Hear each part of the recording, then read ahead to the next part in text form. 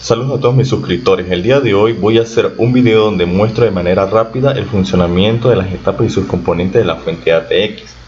Principalmente estoy haciendo este video porque a lo largo de internet hay muy poca información acerca del funcionamiento correcto de las fuentes conmutadas ATX, excepto en los foros o en archivos o tesis de cómo crear una fuente conmutada ATX. Pero en el resto de los videos de YouTube siempre demuestran: reemplaza este diodo, este transistor, el integrado, y la verdad no siempre son esos. Hay fallas fuera de lo común que requieren de un entendimiento de cómo funciona una fuente y sus componentes para poderlo diagnosticar de manera correcta. En videos anteriores he mostrado el funcionamiento de algunos de los componentes de la etapa primaria de las fuentes conmutadas, como lo son el filtro EMC, que es para filtrar radiofrecuencias o ruido electrónico, ya sea de componentes ajenos a la fuente misma o generadas por la fuente. Tenemos el puente de diodos de rectificación de onda completa, y tenemos los capacitores para estabilizar la tensión. Hasta aquí vamos bien, y todo el que conozca al menos electrónica básica entiende eso. Ahora, la parte importante comienza aquí, porque en este radiador se encuentran tres transistores MOSFET. Dos son encargados de la potencia de la fuente a la hora de la oscilación, y el tercero se encarga de la autooscilación, donde se generan los 5 y los 12 voltios de standby. Estos 5 y 12 se van los 12 van al integrado de control del factor de potencia. Les voy a colocar un ejemplo, el más común de todos, el TL494 o el 7500. Y el 5 voltios va al cable verde, que es el de encendido, cuyo encendido se genera por un integrado aparte, a veces el LM339. Todo depende, a pesar de que la topología es la misma, a veces cambia. No siempre es el LM339, a veces simplemente hay un juego de transistores que hacen esa función. Luego tenemos los transformadores. El más grande, que lógicamente es el encargado de la potencia, de donde salen los voltajes salientes: 12, 5 y 3.3. Tenemos el segundo transformador, que casi siempre el del medio es el que transmite todas las señales desde el TL494 hacia las bases de los transistores de la etapa primaria. Luego tenemos el tercer transformador, que es el de la autooscilación, donde se generan los voltajes de standby. Luego, en la segunda rejilla, que ya es la etapa secundaria de la fuente, se encuentran a veces tres diodos Schottky, cada uno de los voltajes principales 12, 5 y 3.3, pero a veces solamente son dos diodos Schottky y el tercero es un transistor MOSFET que se utiliza como regulador lineal para los 3.3 voltios.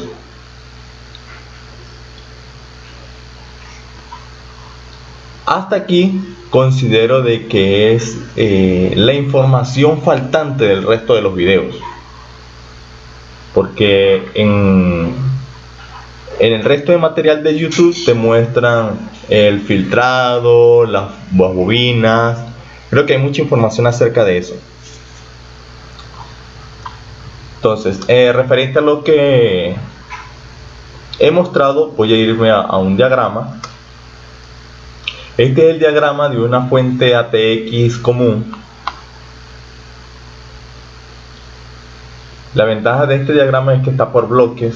Me gusta mucho este diagrama. Entonces, ¿qué tenemos aquí? Vemos que luego de la filtración, valga redundar, del filtro EMC, viene una línea hacia T3, que es de la autooscilación, y a su salida tenemos los 5 voltios de standby y los 12 de alimentación del integrado de control.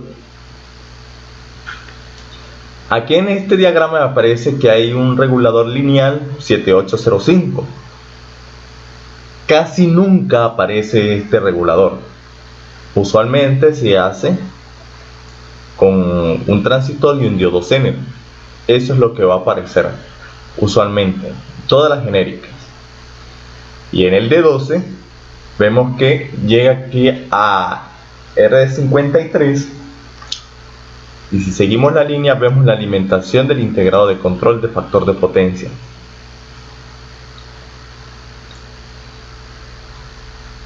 Esto es muy importante porque no sé si habrán notado algunos técnicos que hay fuentes que pareciera que tuvieran epilepsia. Encienden por un momento, apagan, encienden y apagan. Si revisas el voltaje de este integrado en esas situaciones,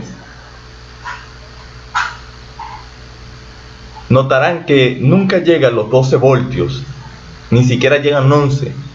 A veces llegan 4, a veces llegan 8 en el mejor de los casos. Siempre varían los voltajes entre 4 y 8 voltios cuando están esos ataques de epilepsia a la fuente de poder. Entonces, ese voltaje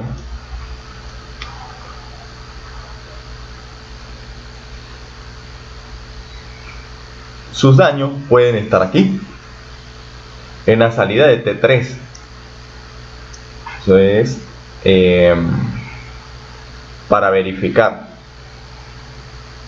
Y eso sucede básicamente ya cuando esa línea está demasiado dañada, porque si logramos ver bien, cuando tú le das a encender una computadora o a la fuente misma, fuenteándola, cuando enciende, ese voltaje se estabiliza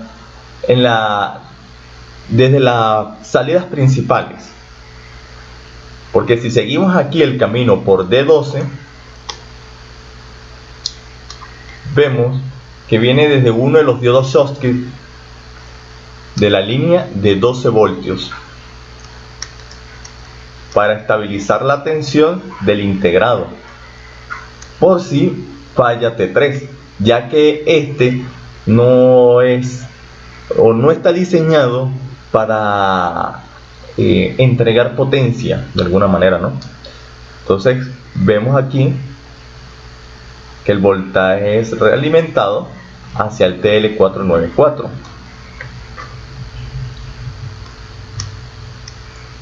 Otra de las fallas que podría suceder es que hay fuentes que si tú la puenteas encienden normal. Incluso hay veces que la enciendes dentro de una computadora y nunca muestra imagen. O sea, ves cómo enciende el fan cooler, o los fan coolers, los dispositivos, los periféricos se encienden, pero nunca da imagen. Eso es debido a que el integrado de control ya está dañado. O hay veces que casi nunca sucede. En el tiempo que llevo reparando fuentes de poder, me habrá sucedido sin mucho 2 veces.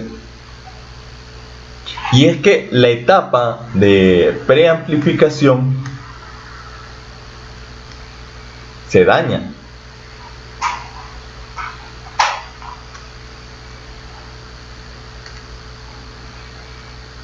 Voy a explicar algo mejor.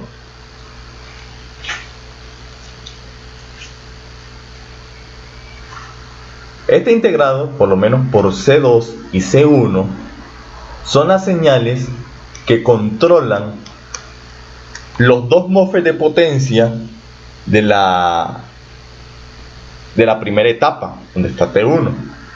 Entonces, estas líneas pasan y llegan a una etapa de preamplificación. Esto es un amplificador de potencia clase AB. Son preamplificadas en el devanado primario y en el secundario. Son más amplificadas y llegan a la base de los transistores. A veces esto se daña. Y aunque no manejen potencia, estos transistores, toda oscilación, todo aquello que tenga un movimiento, genera desgaste. Entonces es lógico saber de que estos transistores en algún momento van a fallar. Otra falla que considero importante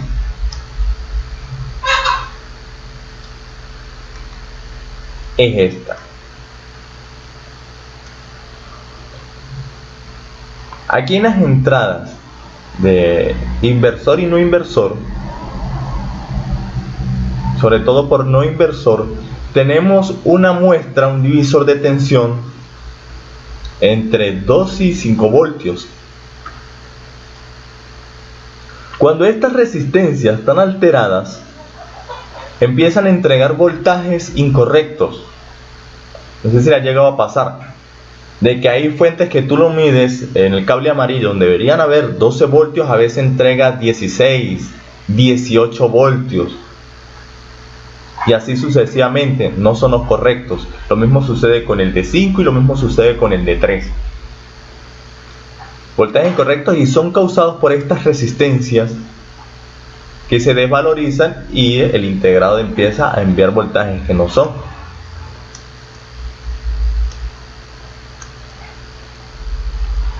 También problemas de encendido.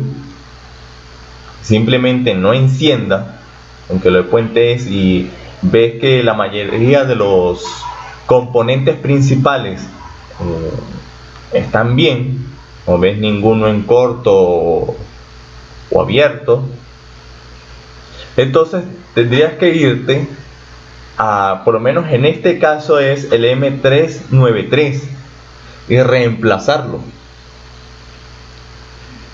Y como les dije anteriormente, no siempre está este integrado. A veces es un arreglo de transistores que hacen la función de este amplificador.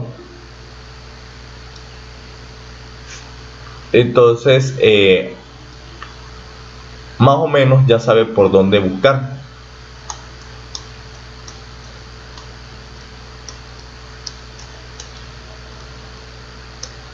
¿Qué otra falla?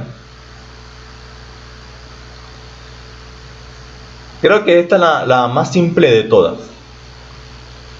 En cuestiones de potencia,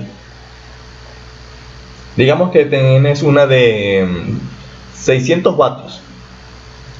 De estos 600 vatios pues tienes los componentes normales de una computadora, pero imagina que le colocaste un ventilador adicional, un disco duro adicional, de repente alguna otra cosita, y se te apague la computadora o deje de reconocer un disco duro X. Y tú abres la fuente de poder y no ves, como les digo, capacitores reventados o algún componente quemado. Entonces, tres de las cosas que podrían fallar. En el caso de las bobinas, que son estas, deberías ver el color. Si las ves muy quemadas o de verdad que notes que haya un cambio de coloración relevante, podrías empezar por ahí. Si tiene pelado el recubrimiento dieléctrico, deberías reemplazarlas. Otro es que los capacitores no siempre se revientan. Hay veces que se revientan por la parte de arriba, por donde está la unión de las láminas de aluminio, y hay veces que se revientan por la parte de abajo y botan todo el líquido dieléctrico. Hay veces de que ninguno de los dos sucede y se convierte en una resistencia de bajo ohmiaje y la mayoría de la corriente se va para tierra y por eso deja de suministrar la potencia correcta. También otro caso, aunque no es muy común, porque casi siempre o funcionan correctamente o se dañan, pero hay casos donde estos diodos se ponen en fuga y dejan de rectificar correctamente. Entonces rectifican uno de los pulsos que vienen desde el transformador 1 y no rectifican dos pulsos y así sucesivamente. Entonces tampoco se entrega la potencia correcta. Bueno, creo que he mostrado las partes más relevantes de una fuente conmutada. Espero que este video les sirva de algo y cualquier cosa que necesiten, una pregunta, información, me escriben en los comentarios o en el correo electrónico que se encuentra en la información del canal. Hasta luego.